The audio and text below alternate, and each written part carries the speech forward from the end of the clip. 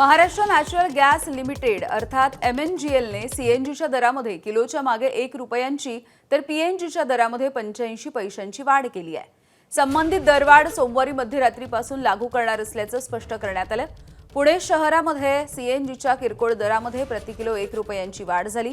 त्यानुसार सोमवारी मध्यरात्रीपासून सीएनजीची किरकोळ विक्रीची किंमत 95 रुपये 75 पैसे प्रति किलो इतकी करण्यात आली।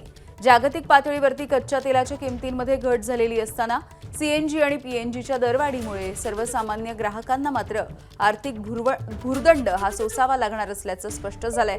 दरम्यान या सगळ्याचा आढावा घेतलाय आमच्या प्रतिनिधींनी।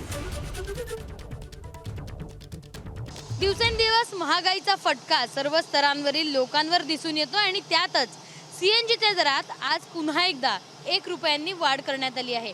मागच्या 1.5 महिन्यात आपण जर बघितलं तर चौथ्यांदा ही वाढ झाल्याचं सांगितलं जात आहे आणि आता सध्या पुण्यात 95.75 रुपये किलोने सीएनजी विकला जातोय।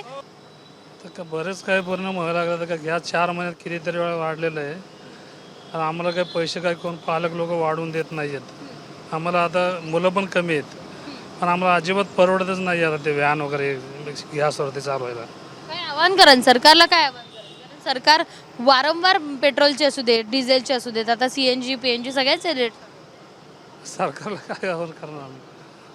काय त्याने गॅसचे सीएनजी गॅसचे दर कमी करावं असं आम्हाला सरकारला आव्हान आहे। आम्हाला जर बघितलं तर बस चालक, कॅब चालक सोबतच हजारो रिक्षा पुण्यात रोज धावतात, या सगळ्यांना या सीएनजीच्या दरवाढीचा फटका आहे तो सहन करावा लागणार आहे। कॅमेरामन अमोल गवाळेसह शिवानी पांढरे, ABP माझा, पुणे।